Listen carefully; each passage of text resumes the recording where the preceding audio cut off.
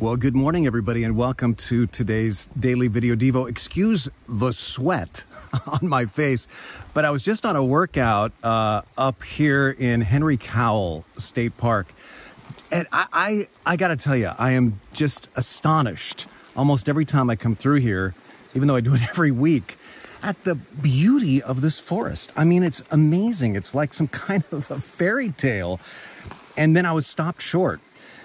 Because I looked up some of these canyons and I saw evidence that the fire last August came very close. And all of this beauty, all this greenery, all this spectacular, lavish, luscious forest was almost gone, wiped away. As was Big Basin, right up by Camp Hammer.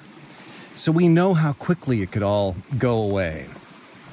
And so that just made me abound in thankfulness for what we still have here in Henry Cowell. And that set me on a train of thought.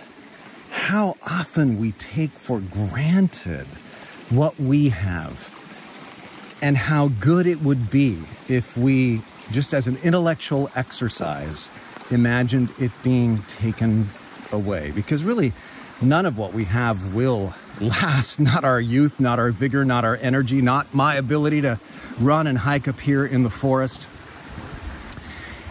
You know, it reminds me of a Yale professor who teaches a very popular class on happiness.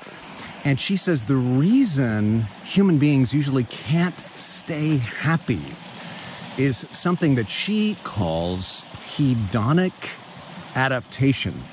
Hedonic from hedonism for pleasure and adaptation. She just means we get adapted, we get accustomed to big and little pleasures in life so easily as human beings.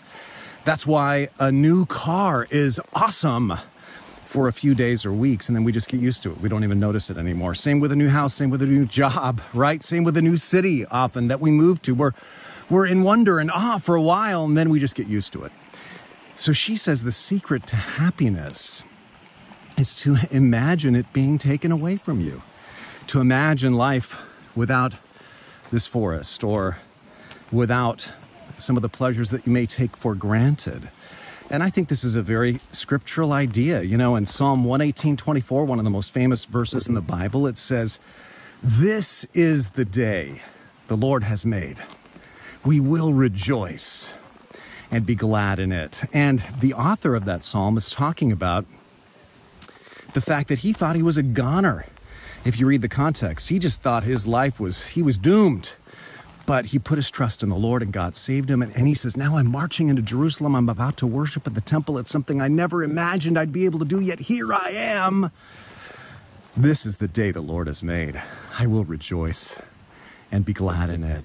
I think this is especially important to remember now that, you know, COVID restrictions are being loosened and in many cases, masks are optional. We're able to walk into places and not have to wear them and see smiles. And within a few days or weeks, we're going to take for granted the fact that we can hug, the fact that we can see smiles, the fact that we can walk around mask optional.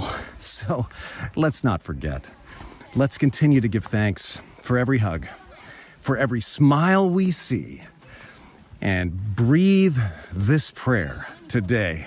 This is the day the Lord has made, and I will rejoice and not take it for granted. I will be glad in it. God bless you guys. Go in that spirit of gratitude, and you will have a great day.